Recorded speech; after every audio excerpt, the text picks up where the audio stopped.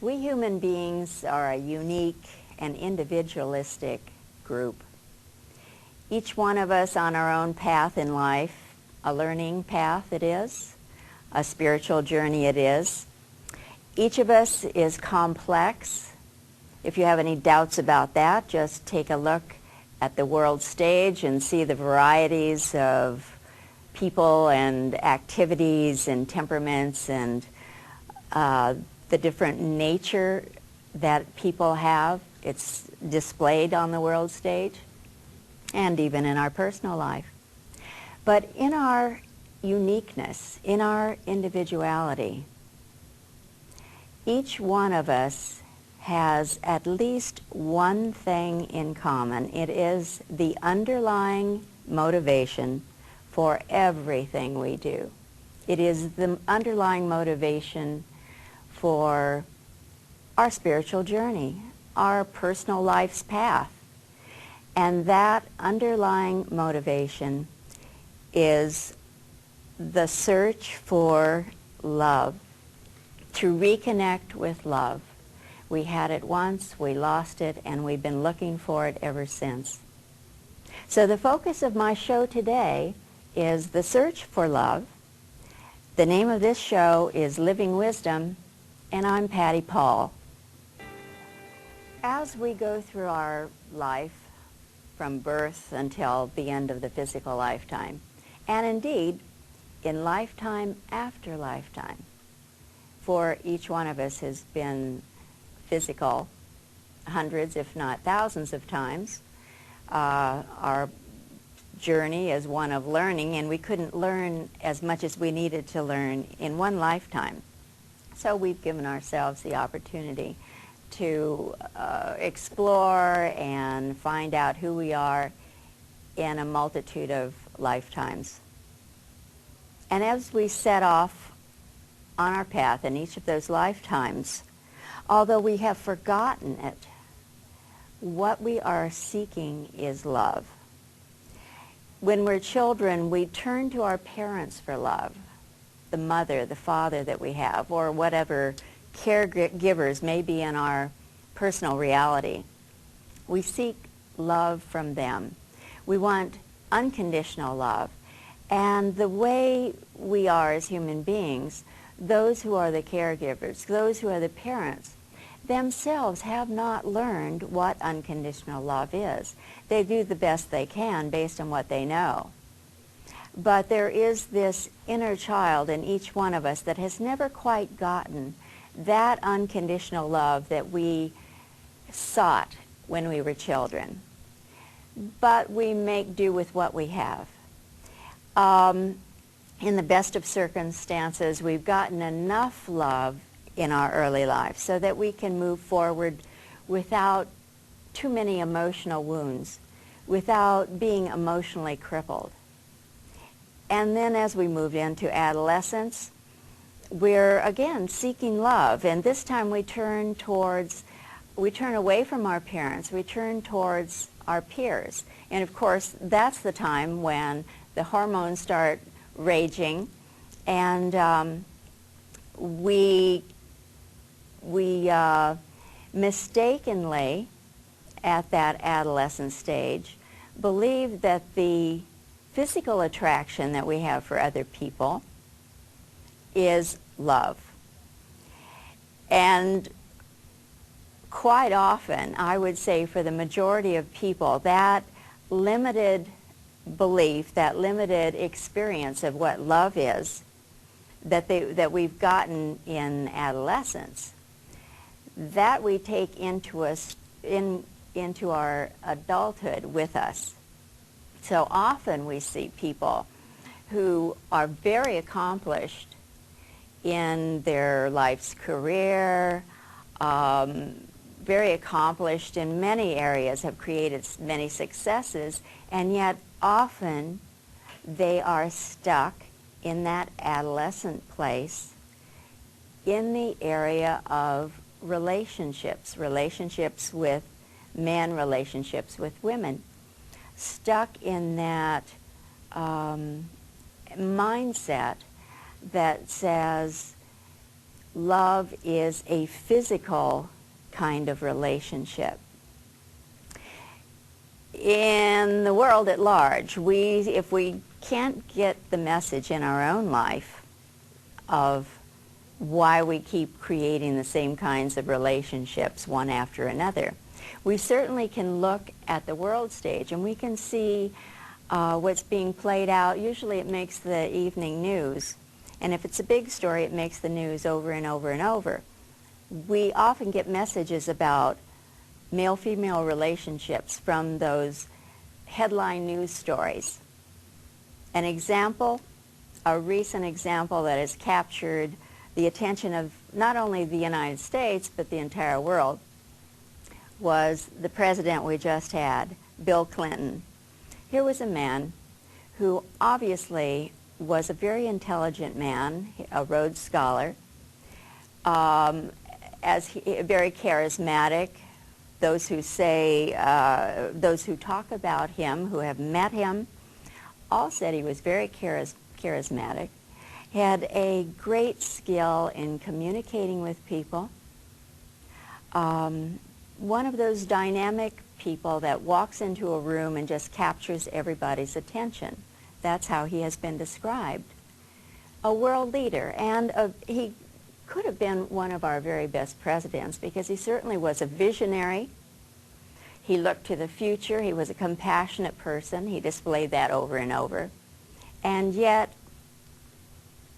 his Achilles heel, the thing that brought him down, and he did this to himself, of course, was this part of him that related to women in a most adolescent and most chauvinistic way. He projected either sex object onto women or mother onto women. The woman he married could be seen as an example of the mother figure, and certainly the milieu of women, young and old, that he was reported to have had relationships with. They certainly seemed for him sex objects. That's the big message for us to look at. Not to judge him right or wrong, but to see these kinds of messages, and that one in particular, as a reflection of the part of each one of us that wants to objectify other people, that wants to, rather than seeing them with compassion and love and having that feeling for them, but to keep them in roles. And because we've been living in a chauvinistic society for hundreds and hundreds, if not thousands of years, those roles for men and women have been extremely chauvinistic. So inside of each one of us, we carry the resonance of that inner child who didn't quite get enough love because what they were really seeking was unconditional love. And we keep the resonance of that adolescent that got a warped and twisted view of what love was, primarily a sexual attraction to somebody.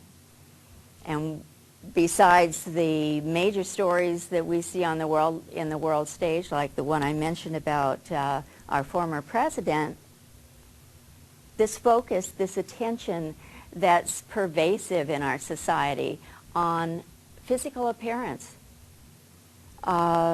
Physical fitness, that's a great thing, but when it's for the purpose of looking a particular way in order to present a package to a possible mate or present a package to the world in order to get approval, in order to get love, that is a misdirected motivation. So there are many distortions on what we know love to be. It plays out in our personal lives in unique ways because, again, we are unique people. But for many, many, many women who have been given the model, so to speak, of what a woman is in our society, the object of their life is to get and keep a man. It's like a man is the prize, and that without a man in your life, you don't have a life. This is another theme that's been played out by many women who have reached their own levels of success, women who have their own businesses, who are leaders in politics, who leaders in education. We see and they know that there is some part of them that feels like that part is needy. That part needs a man to come in and make them feel loved and to prove that they are lovable. Now, that's a catch-22. Because the part of us, and each of us have this part to some degree, the part of us that has this feeling, however great, however small, that we essentially are not lovable, that is a part that can hamper us in many areas of our life. The part of us that judges other people, in that moment that we judge another person, what we're feeling is not good enough, not lovable enough. We're feeling less than. And so to feel better than, to feel good enough, we make that fast judgment, whether we're conscious of it or not, to make ourselves feel better than.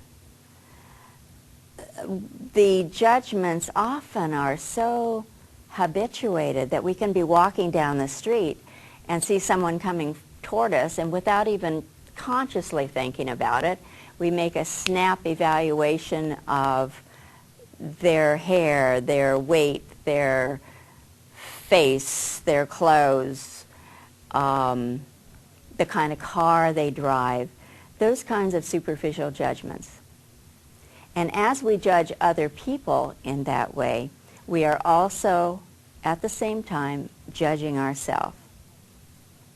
That is a clue for anyone who will be honest enough to let themselves admit to themselves that that does happen from time to time, that judgment or that criticism of others. That is a clue that there's a part of us that doesn't feel lovable, that is looking for love in a warped and twisted way, a non-fulfilling way. There's a different way. There's a better way. There's a more empowering and fulfilling way of finding out how lovable we are and allowing that part of us that knows we're lovable, that knows we are loved already, allowing that to come into our lives and to help create our personal life. I'll draw a simplistic view of how that works. Each of us, when we set off on our spiritual journey, we began as consciousness, levels and levels of consciousness spiraling downward from our origin, from our source. Many of us chose to be in the physical world on the planet Earth, to have the human experience on the planet Earth as part of our spiritual path, as part of our learning and growing experience. Now, our origin is from unconditional love. That was our origin. And the parents that we have sought in lifetime after lifetime, those unconditionally loving parents, the unconditionally loving mother and father, that we have sought in lifetime after lifetime, including the one we're in, we seek them because they are memories, they are echoes of our origin, our creator, which is Goddess, two D's, Goddess, and God. Unconditionally loving creators of all that is. So as a product of Goddess and God, we set off on our learning path, seeking love, but seeking it as a spiritual adult. You might say that we were in a sense, infancy stage. And again, this is a very simplistic drawing because consciousness is really beyond measurement, and it exists on an infinite number of levels. But just to get the idea, each of us as a spark of consciousness from the mind of God and as a spark of soul from the Goddess, made our way down to the physical world, planet Earth, attention now focused in this particular lifetime. So here we are, and in our lifetime, we have the various people in our life, the various relationships, the various experiences that have shown us where we are on our personal path of seeking love, unconditional love. In our many lifetimes, we were as children, again, seeking love from parents, seeking love from higher authorities, supreme beings that we invented, but always longing and yearning for the unconditionally loving creators. Now, as we find ourselves in this particular lifetime,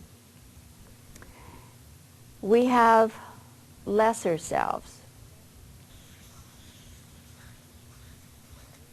Lesser selves. The lesser selves that are the judge that I mentioned earlier, the critic, the martyr, the victim, the tyrant, the controller, the manipulator. Those lesser selves who, out of fear and out of a great sense of loss of love, are desperately trying to find love, but they got misdirected. They got off on tangents that involve struggle and hardship, sacrifice, pain.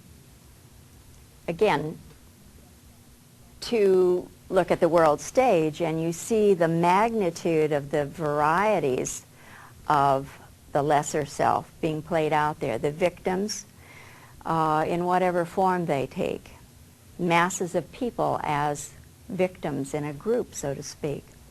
So those are the lesser selves, and each of us has those energies that are the lesser, and they exist, shall we say, down in this area. But on our path in this lifetime, we've made mistakes, but we've learned from some of them. We've gained some wisdom as time has gone by. And as a grown-up, which is different from an adult, as a grown-up, we've, let's say, elevated ourselves back up into perhaps a higher resonance. We've read some self-help books. We've perhaps had some guidance or counseling that has helped us understand ourselves in a psychological way and to heal some of those wounds of the past. So let's say we're not stuck down in this total loser, total lesser pit any longer. But these parts of us are still resonating there, and they come up from time to time, depending on the circumstances in our life. But here we are. Now, there is a way of healing these lesser parts by first becoming aware of them and acknowledging that they exist and owning that they are parts of ourself, forgiving ourselves for having had these lesser parts, and whenever one of those lesser parts, the critic, the judge, the controller, comes up inside of us, we can forgive ourselves and just acknowledge that it's there and let it go. But also to understand that these higher levels of our own consciousness still exist, and that our mind, capital M-I-N-D, our mind, does exist on all of these higher levels. These are the areas, these are the levels that are closer to the unconditional love. They are far beyond the physical world, far beyond this existence that we're in at this moment in this lifetime. But all of these levels are available to us. It's about learning the techniques to open our mind to allow these higher levels, these unconditionally loving levels, these parts of ourself that know they are loved and lovable, allowing them to come in and to create our life, our personal life, and create the physical world. In my book, A New Spirituality Beyond Religion, which is available in libraries and other places, I write about the higher levels of consciousness, about the unconditional love that's available right at this moment. It's not like we have to earn it or sacrifice or follow a list of rules and regulations in order to be given love. It's already here. It exists. So it's a matter of opening to it. Our physical world is an illusion. Our physical world is made up of energy that is constantly moving. It's either a flowing energy, or when we focus our attention on it, it stands still in the form of particles that are moving, vibrating. Anything that seems solid in our physical world, if you put it under a microscope, you would see that it is actually moving. Our body is a part of the physical illusion. It's a hologram. In chapter 10 of my book, I talk in detail about the discoveries in the field of quantum physics and quantum mechanics that have supported this concept that the world is a hologram. Those discoveries go back 70 years, and new discoveries more and more in those fields of quantum physics are reinforcing the understanding and the belief that this physical world is truly an illusion. Each one of us creates our own version of the illusion, our unique version of the illusion, based on what energies reside in our vibration, reside in our mind. For oh so long, we have created lifetime after lifetime. We have created an entire physical world from these energies of the lesser selves that are part of us. But now, with more enlightenment, with more responsibility that each of us can take, we can open ourselves to these higher levels of consciousness and allow them to come in, and we can create our reality out of the higher levels where compassion, love, gratitude, generosity, receiving, those are energies reside. There's no need to control or dominate or manipulate other people. There's no need to struggle or have hardship of any kind. We created all of that stuff ourselves.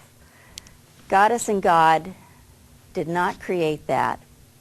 They allowed us to go on our own journey to become a spiritual adult and to make our own mistakes and learn from our mistakes, as any wise parents would do. So this is entirely our own creation. So what I'm suggesting to you is to look at reality and look at yourself in a different way and see that you already have this access to the more lovable part of you.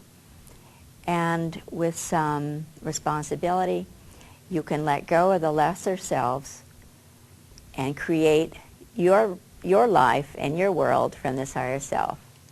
I want to thank you for watching. And this is Patty Paul saying goodbye until the next time, and tune in again for Living Wisdom.